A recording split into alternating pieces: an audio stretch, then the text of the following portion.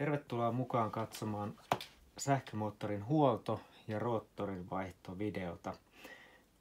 Tänään me katsotaan, miten näitä sähkömoottoreita voi huoltaa ja miten niihin voidaan vaihtaa erikokoisia roottoreita. Tässä on nyt esimerkkimoottoreina on Hobbywing moottoreita 5.0, 5.5 ja sitten vastaava moottori Reedy 5.5. Ja ideana tässä hommassa on se, että avataan moottori, katsotaan mitä sieltä löytyy, miten sitä huolletaan ja lopuksi miten moottori kasataan. Tässä kasauksessa voidaan myös vaihtaa kyseisen moottorin erikokoinen roottori, jolla voidaan vaihtaa moottorin ominaisuuksia. Käytännössä siis mitä ohuempi roottori, sitä pehmeämpi magneettikenttä, joka tarkoittaa sitä, että mutkasta ulos lähdettäessä on vähemmän tehoa eli vähemmän sutia ja sitten taas vastaavasti suoran päässä kiertää moottori hieman enemmän. Monesti varsinkin näihin kireämpiin moottoreihin touring käytössä, offroad käytössä voidaan vaihtaa alkuperäistä hieman ohuempi roottori, jolla saadaan helpompi ajettavuus, jos tehoa on liikaa tai potkua on liikaa siinä vakiossa. Aloitetaanpa sillä, että puretaan moottorit ja katsotaan mitä siellä on sisällä. Tässä päädyssä näkyy 3 isompaa ruuvia. Ne avaamalla saadaan moottori purettua osiin.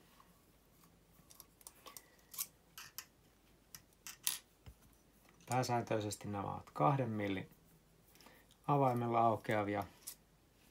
Poikkeuksiakin toki on. Näin ruuvit on poistettu. Sen jälkeen tämä moottori koostuu periaatteessa 3 osasta. Kummassakin päädyssä on omat palasensa ja keskellä varsinainen moottori, jossa käämit sijaitsevat. Lähdetään siitä, että otetaan tämä pohjapala pois. Eli painetaan täältä moottorin akselista ja näin. Pääty lähtee irti. Saman tien nähdään roottori ja käämilangat. Otetaan simmiprikka pois. Laitetaan se talteen. Ja nämä roottorit ovat varsin tehokkaita, eli magneettikenttä on suuri, vaikka moottori ei ole ajossa. Otetaan kunnon pihdit ja otetaan tiukka ote roottorista, vedetään se suoraan ulos. Näin.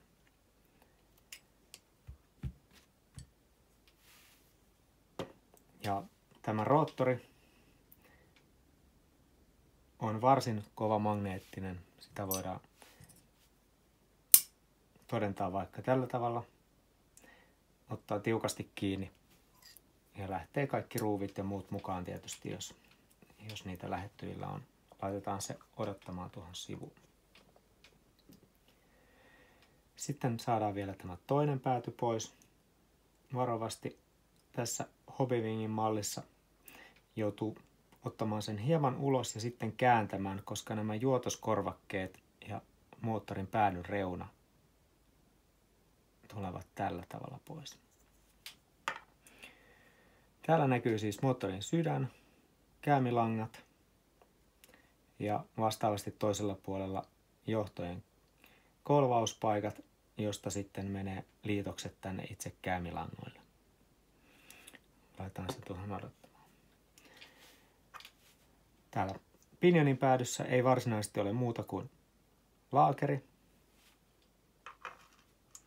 mutta täällä toisessa päädyssä on sitten varsinainen äly tästä moottorista, eli asennon tunnistin.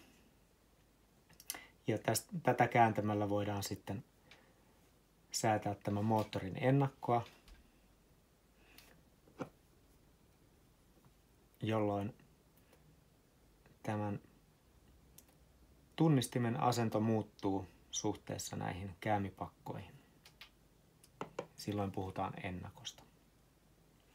Eli mitä enemmän ennakkoa on, sitä enemmän moottorit todennäköisesti kiertää sitä enemmän se syö sähköä ja käy kuumempana. Täällä on myös usein lämpötunnistin, josta menee tieto sitten säätimelle. Ja samoin täällä on kierrostunnistin, eli kuinka paljon moottori ottaa kierroksia esimerkiksi suoralla.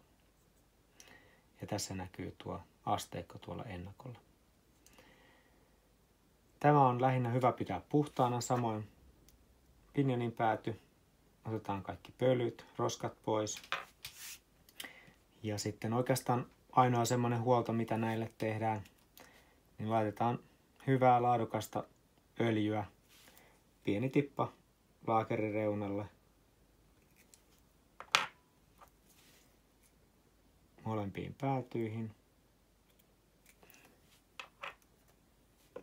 Ja periaatteessa siinä on se, mitä voidaan tehdä näille laakereille. Voi tietysti tarkastaa sitten vielä erikseen, että laakeri on herkkä, ei ole klappia ja pyörii herkästi, ei kuulu mitään sivuääniä.